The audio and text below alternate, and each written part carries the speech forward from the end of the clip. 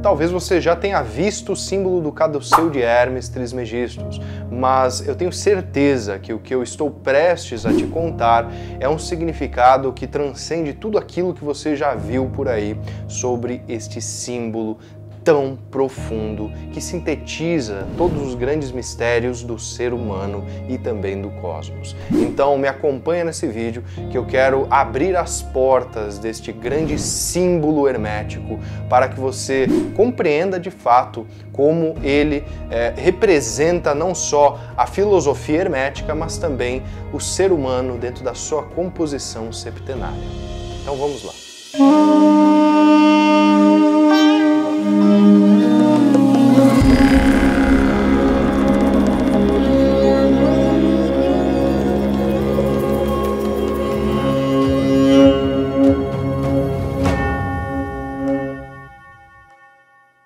Salve, salve, meu querido alquimista, seja muito bem-vindo, muito bem-vinda a mais um vídeo aqui no canal Alquimia das Artes. Eu me chamo Yuri e se você está conhecendo o nosso canal agora, considere se inscrever clicando no botão aqui embaixo, ativando o sininho e deixando um like nesse vídeo para já fortalecer e mostrar que você está disposto e disposta a ser um alquimista de todas essas artes iniciáticas e esotéricas.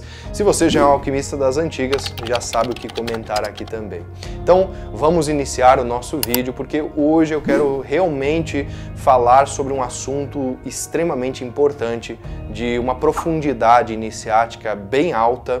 Então respira fundo, se concentra, sai de perto das distrações, que nós vamos abranger um pouco mais sobre o simbolismo do caduceu de Hermes, né? Eu estou aqui com um simples pedaço de madeira na mão, mas na verdade isso aqui é um mariri, que é usado, né, para fazer a dita ayahuasca, mas é para representar também como na natureza a expressão deste símbolo existe também. Então, para que vocês compreendam um pouco mais sobre o caduceu de Hermes, eu preciso antes contextualizar toda essa ideia simbólica, porque muitos de vocês já devem ter visto, né, em escritórios de contabilidade esse símbolo, ou até mesmo em hospitais, né, em ambulância, nós temos derivações, né, que é o caduceu de Asclépios, é um pouco mais parecido com isso aqui, que é uma serpente enrolada em um mastro, e não duas serpentes em um mastro e abrindo as asas, mas todas elas derivam da mesma fonte. É isso que eu quero também explicar para vocês. Sobre essas ideias mais exotéricas, eu já fiz um vídeo há um bom tempo atrás e eu vou deixar ele no card aqui em cima. Você pode ver esse vídeo para ter uma noção um pouco melhor de quem é Hermes Trismegistus, que é tanto uma deidade grega, romana, quanto egípcia, né? Então por isso também Trismegistus, ele sintetiza as três grandes partes do conhecimento, mas não apenas nesse nível cultural, mas também em nível espiritual, né? Ele tem a sabedoria trina. Isso é papo para outro vídeo, mas o que a gente vai dizer hoje tem a ver também com você conhecer um pouco melhor esta filosofia hermética. Então, para que nós possamos contextualizar essa ideia, né, e tirar ela simplesmente desse véu exotérico, né, esse véu mais vulgar, que é geralmente visto e utilizado por aí, nós temos que entender que o caduceu de Hermes, este símbolo, ele sintetiza então toda a ideia da alquimia, toda a ideia da própria hermética, né? Então, a hermética que eu me refiro aqui, ela seria do período helênico, né? O período helenístico da nossa humanidade, lá da Biblioteca de Alexandria, né? Lá do século mais ou menos 3 a.C. até o século 3 depois de Cristo, que foi um período aí que fomentou muitos conhecimentos, principalmente sob o domínio, né, de Alexandre o Grande, que era grego, mas dominava ali Alexandria, que era no Egito, e ali permitia que esse caldeirão cultural efervescesse. Então tinha egípcios, gregos, romanos, judeus, né, proto-cristãos, vamos dizer assim, gnósticos, né, entre outras etnias, árabes, orientais, todos eles comungavam do conhecimento ali. Então dentro desse caldeirão é que nasce o hermetismo que a gente conhece hoje em dia, né? A figura de Hermes Trismegistus e o seu caduceu, que é isso que nós vamos falar agora.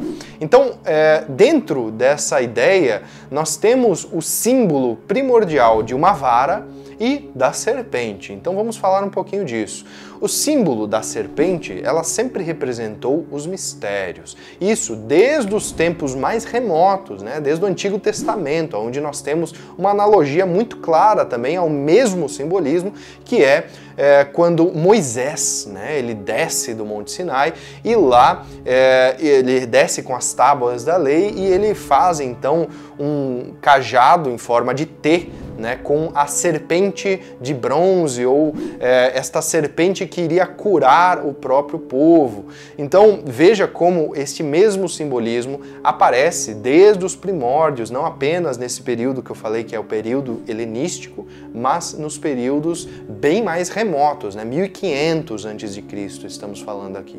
E além disso, nós temos também um simbolismo bem mais antigo ainda, que é dos sumérios, né? Então os sumérios foram aqueles que tiveram as primeiras formas linguísticas, né? Então a língua cuneiforme, que vem lá do povo sumério, depois tem as lendas dos Anunnakis, toda essa ideia, que também não cabe nesse vídeo a gente debater, mas se você quiser algum dia que eu fale sobre os Anunnakis de uma forma mais hermética, mais iniciática, deixa um comentário aqui para eu saber e a gente vai fazer esse vídeo no futuro próximo.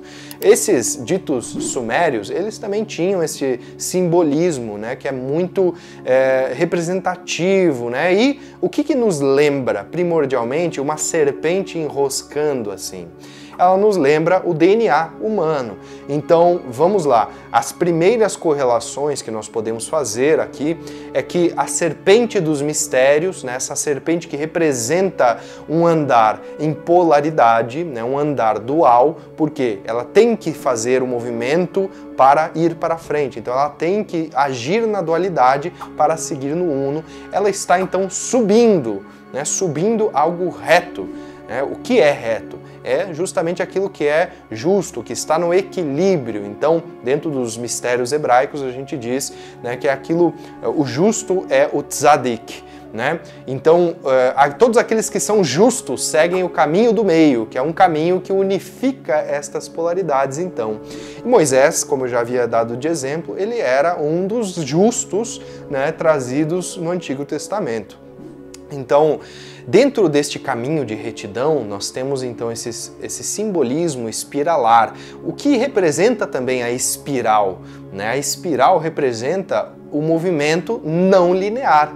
Então, mais uma vez, nós temos aí uma porta de interpretação para nos mostrar que tudo é cíclico, né? Tudo vai e vem. A serpente, ela nos revela este movimento que é parecido com outro símbolo também alquímico, que é o Ouroboros, né? Então nós temos aqui o Ouroboros, que é a serpente que morde a sua própria cauda e pode ser interpretado como esta espiral vista de baixo, vamos dizer assim.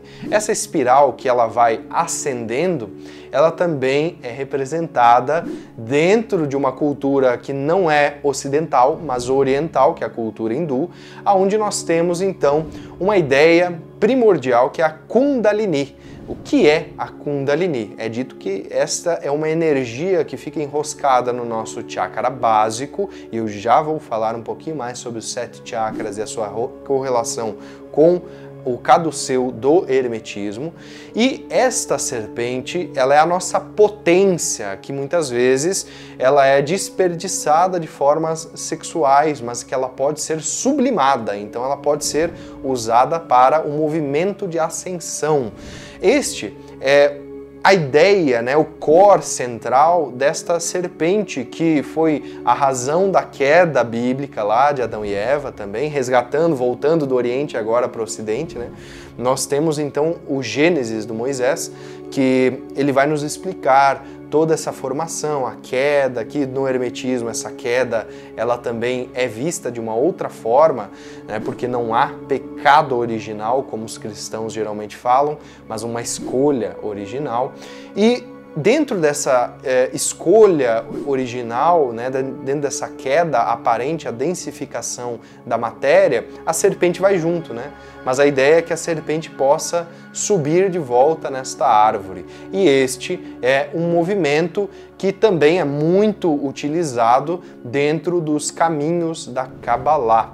A Kabbalah, assim como o Caduceu de Hermes, representa uma síntese de muitas ideias reunidas em um único ponto. A Kabbalah é esse símbolo que eu tenho aqui atrás, vai aparecer aqui também para vocês verem, esse diagrama da árvore da vida, melhor dizendo, porque a Kabbalah abrange muito mais do que apenas esse diagrama. E a serpente é representada subindo todos os caminhos, então a ideia do serpentear é a ideia de subir de volta os caminhos da criação. Veja como, agora ligando com todos esses conhecimentos de todas as culturas, de volta no hermetismo, nós temos então a espiral dupla, né? A hélice dupla do nosso próprio DNA, que ela vai se entrelaçando e ela vai espiralando dentro desses círculos e chega no topo. Agora, vamos ver como a espiral se comporta, quantas espirais temos dentro deste símbolo. Nós geralmente temos apenas duas representações. Então, ou o Caduceu de Hermes vai ter 3 voltas e na 4ª volta as serpentes se olham e elas quase se encostam, né? Que seria o 4º plano. E este 4º plano, quando é representado assim, geralmente está falando sobre um processo macrocósmico. Então veja que vamos voltar à ideia da Kundalini lá dos hindus. Esta serpente que está na base do nosso Muladhara Chakra, que é o nosso chakra raiz, né? Ela vai estar enrolada 3 vezes e meia, é dito. Por que 3 vezes e meia? Da mesma forma que as serpentes se enroscam 3 vezes e meia, né? A 4ª é justamente o ponto de abrir as asas. Por quê? Estamos neste estágio evolutivo, dentro de uma roda maior de causalidades, dentro de uma roda de reencarnações, estamos como seres humanos, que é a 4ª consciência do nosso ser. Já passamos por um período mais mineral, uma consciência mineral, uma consciência vegetal, uma consciência animal, e agora estamos numa consciência humana. Devemos completar esse ciclo para abrir as asas. Este abrir as asas é justamente chegar no nosso 5º estágio evolutivo do ser humano, que seria então análogo a uma ideia meio angelical, né? E os personagens bíblicos, a gente também tem essa ideia de ascensão.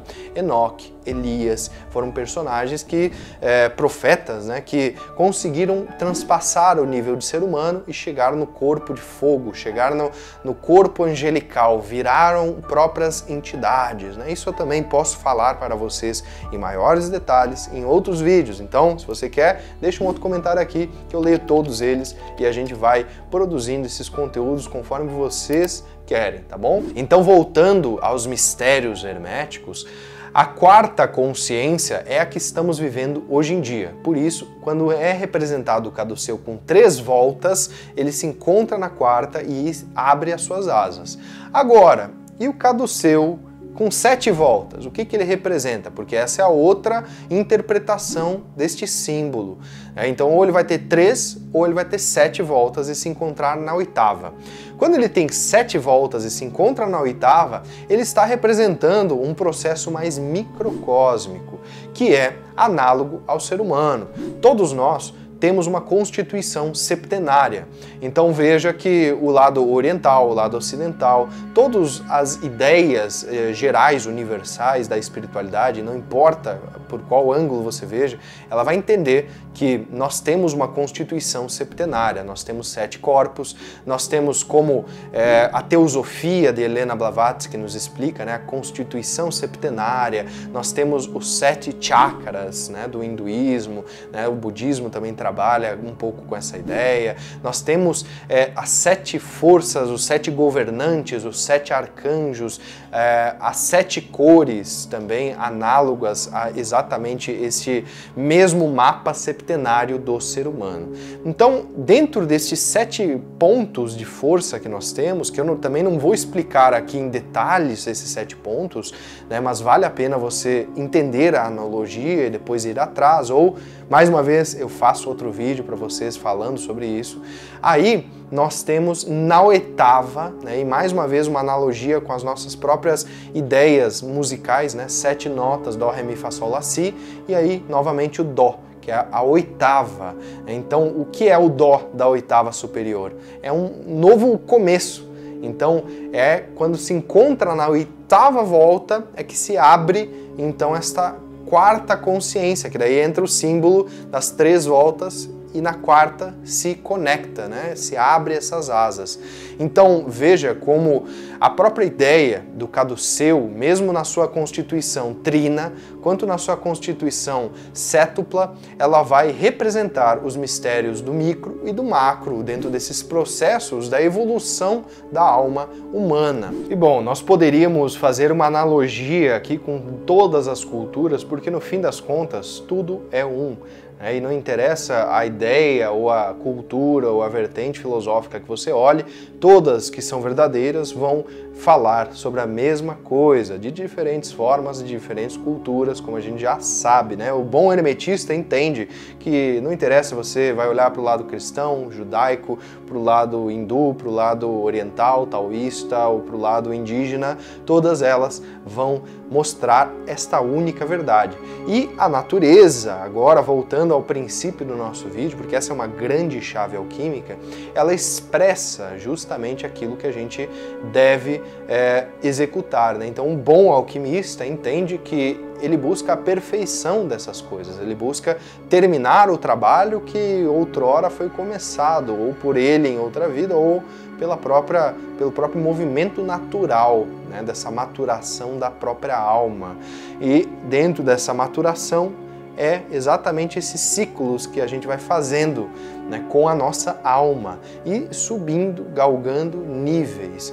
E falando em galgar níveis, é claro que a gente entende dentro da esotérica ocidental aqui, a gente embasa todos esses ensinamentos dentro provavelmente da escada de Jacó, né, os 33 degraus, ou 32 se a gente desconsiderar da Af, ou mesmo a árvore da vida, né, dos hebreus, da Kabbalah, ou até mesmo quando a gente olha, né, para todos os trabalhos, por exemplo, você vai olhar para os 12 trabalhos de Hércules, é uma forma de subir degraus, de uma visão mais grega, né? Nós vamos olhar as iniciações sacerdotais do Antigo Egito, né, de Amotep, de Akhenaton, todas essas escolas iniciáticas, nós vamos entender que a ideia de Thoth é buscar, selecionar aquilo que é daquilo que não é. Nós vamos começar a adentrar nas provas iniciáticas. Então, independente da cultura,